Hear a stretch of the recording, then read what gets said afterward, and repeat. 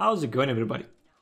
It's been a while since we had a new character release, and this one comes with a little controversy in the community. As I'm making this video well in advance, the mood might have shifted already, but as it is now, there are many complaints and quite a few people are voicing the disappointment. The main point of criticism seems to be the fact that the hero is pieced together from already existing animations. Obviously, most of these have been adjusted, be that by slowing them down or speeding them up, making them variable, and so on. There's a video making the rounds that shows each move. Well, what you guys got to see in the event mode at least. That and the Warriors then is probably where most people got their infos from, and a lot of them seem to judge the hero before having even played her. And just let me say this, Warmonger is far from weak. Despite many people drawing comparisons, calling her Warden 2.0 and so on, she does feel different. I'm not going to lie, I've tried to top crush and counter quite a few times, but I think calling her an upgrade or a discount version is doing her a bit of a disservice. And yes, I keep saying her, she is gender locked. Warmonger is only available as the female model. The character itself and especially her feats are quite strong. Before we go into the details, let me quickly mention the usual disclaimer. This is an early access build. There is a good chance that further changes to the character have been made, and not everything you see in this video will be exactly like that in the live version that you get to play this Thursday. Especially the damage numbers might be vastly different. At least I hope they will be. Same goes for the stamina values.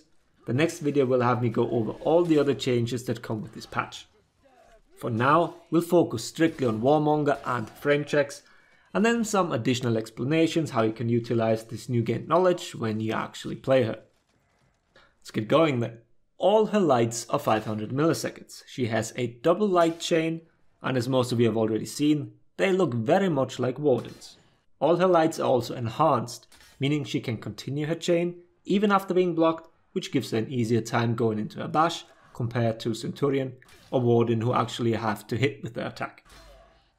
Her heavies are 800 milliseconds from the side and 900 milliseconds from top. Throwing a second heavy always ends your chain, so keep that in mind when you're comboing your attacks. Her finisher heavies, both top and sides, do have hyper armor, which allows you to trade with them. The last 300 milliseconds of each respective attack are armored. This means on side heavies the armor starts at 500 milliseconds into the attack, and on top heavies the hyper armor starts at 600 milliseconds into it. Now for some recoveries here, this will be an important topic as some of them have been standardized, but not all of them. And important to remember here is that recoveries for whiffing attacks have not been standardized. They still vastly differ. I won't be boring you with every single one of them here, but I will mention some that I think, after having played the character both in solo as well as in team fights, are important to remember. For lights, you can always chain into either the finisher heavy or the bash, even on whiff, so you're safe from a guard break, but it's 700 milliseconds for a guard swap and 900 milliseconds until you can dodge. For whiffing the heavy finishers, you're looking at similar numbers, but as you can't chain into anything, your recovery to counter guard break is 900 milliseconds, guard swap once again 700, and dodge 900. This means that in team fights or if someone dodges your heavy finisher, you are vulnerable to a GB punish. The recoveries for hitting the finisher or getting it blocked have been standardized though. You're going to hear these numbers quite a bit in the future, so remember them. 700 milliseconds for counter guard break, 500 milliseconds for guard swap, and 700 milliseconds to dodge. What this means is that you are still susceptible to GBs if multiple opponents are around you. Throwing finishers is still far from risk-free. The 500 MS to guard swap feel really nice now, not just on Warmonger. It's very likely that you can block attacks thrown your way. Dodge and bashes on the other hand will most likely not happen. Moving on, her zone attack is 500 milliseconds. I've seen posts of people measuring the event mode and saying it's a 400 MS zone, but just as Ubisoft stated, there are no more 400 MS neutral attacks. Moving on to her bash, it's a charged bash that is 700 MS uncharged and 1300 MS when fully charged. It either confirms a single light or a heavy. Both follow-ups are unique and end your chain. You can either perform this out of a dodge, the window here is 300 MS and up to 500 MS into the dodge. This goes for forward as well as side dodges. The other option is to use it after a light. The recoveries when missing either of the bashes is quite substantial. We're looking at 900 ms for counter guard break, a full second for guard swap, and 900 ms for dodge. This means that all dodge attacks including dodge bashes will be confirmed, but you can also be guard broken, and I think many will like to hear this. The fully charged bash doesn't have forward tracking similar to Warden's, so if you dodge it, your GB won't be out of range. You can consistently get your guard break on a successful dodge.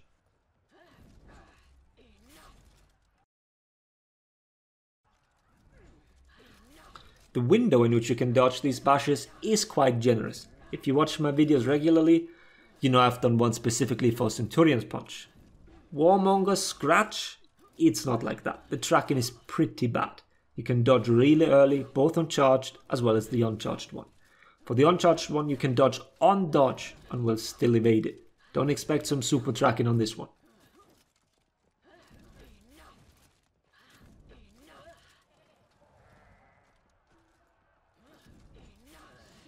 But back to recoveries.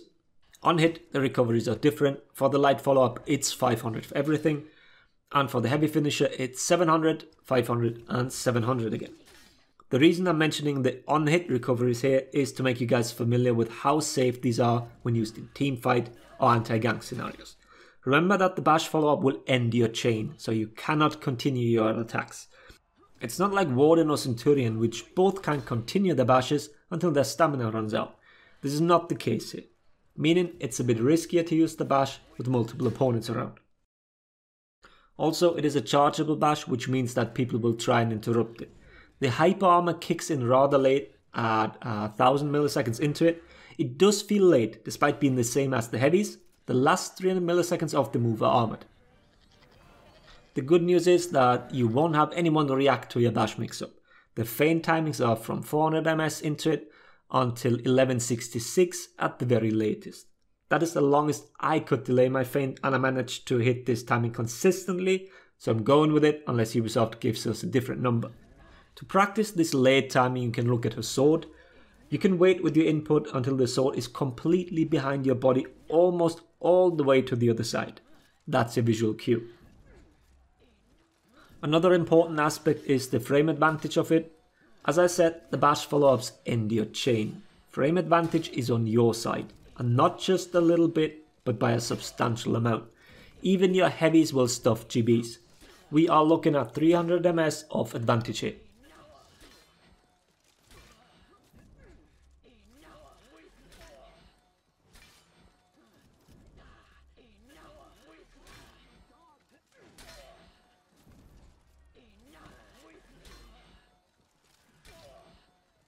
So what about the GB vulnerability of the move itself then? You have the full dodge startup and then the move on top of it. We're looking at 400 ms for the fully charged one and 300 ms for the uncharged one. So it won't be uncommon for you to get guard broken on prediction if you try to start your offense like Warden. Because unlike Warden, you can't initiate it with the back dodge. It's only side and forward. Which also means they aren't the safest dodge attack. But talking about dodge attacks, you do have a feintable, unblockable side dodge heavy. Full animation is 900 milliseconds. Just like the bash, you can initiate from 300 to 500 ms into the dodge. One very important thing to keep in mind here, this is not a brain dead dodge attack like JJ's that has a million iframes and you just buffer the input. This one's a dodge cancel, and the iframes that you have come purely from your dodge. There is no extending them with the attack. Which means to actually dodge things, you will have to learn to properly delay the input, which opens you up to being guard broken. The whole dodge portion, as well as 400 ms of the attack, are guard break vulnerable. The dodge attack does chain, but using it during team fights will often leave you in a situation where you feel kinda stuck. You don't have the extended iframes like explained before, and neither do you have short recovery. You're looking at a full second for counter guard break and dodge, and at 800 milliseconds for guard swap.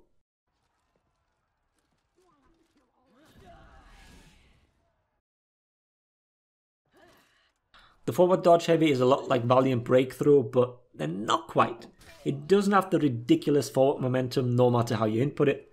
Warmongers clocks in at 700 ms and can be input between 300 and 600 milliseconds into the forward dodge, and you need to delay it to get that extra bit of range. GB vulnerability is quite low, you can use it as an option select similar to how Jormungandr can use his. And then the last move, his run-in attack, is a 600 ms move, not too shabby, and also clears a decent amount of minions. Now for her feats. Those are truly busted. I already mentioned this in my video when she was initially revealed. She was the very reason Nusha's infection got buffed. It's called Corruption now, and Warmonger's tier 1 is a weapon buff. On first hit it applies said feat. Yes, a tier 4 level feat on a tier 1. Simply with the extra requirements of having to hit someone, which isn't really all that hard, especially with teammates around. Simple GB can confirm it. The tier 2 lets you heal off the damage you do to a corrupted target. This also applies to the damage corruption does itself. It should be around 60% of the damage you inflict. Better Yama Uba, just restricted to corrupted targets.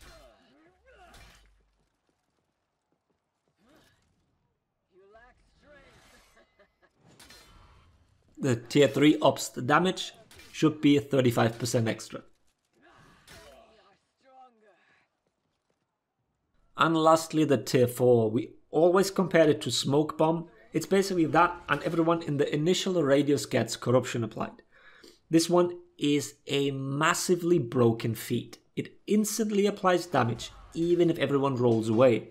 You will most likely still have people in each other's personal space, and at the same time, it heals the caster. The tier 4 also has a hit stun which, if close enough, confirms a light or a zone attack. Her other feats are pretty garbage, everyone will gravitate towards the unique ones. Stuff like Arrow Strike, Self-Revive and Co. just do not compare to the unique ones. So they are at least sticking to the formula from last year, I guess even one-upping it. These feats will be an absolute menace in the minion lane, as your own minions count as having teammates nearby. So you're killing your own minions, feeding the other team points as well as renown, and on top of it, taking damage yourself. And this will happen the minute Warmonger unlocks her tier 1, which will be after the first fight. And now imagine having multiple Warmongers on the map. Right, we don't need single pick, now do we? When this video releases, people with early access will probably be streaming, so if you want to have a sneak peek of how your matchmaking experience will look like for the next 2 weeks, then feel free to drop by. The character is certainly fun, but these feats, I don't know who got the idea to give her a tier 4 as a tier 1. Seems like a bit of a stretch, thinking this would be even remotely balanced.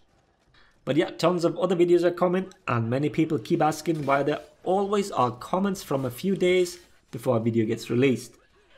Patrons, YouTube members, Twitch subs, and so on do get early access to my videos. Obviously these Warmonger videos have an embargo, but all the videos I made are already available. If you can't wait, they will be released over the next few days. So I hope this one here was interesting. Thanks for watching. Laters everybody.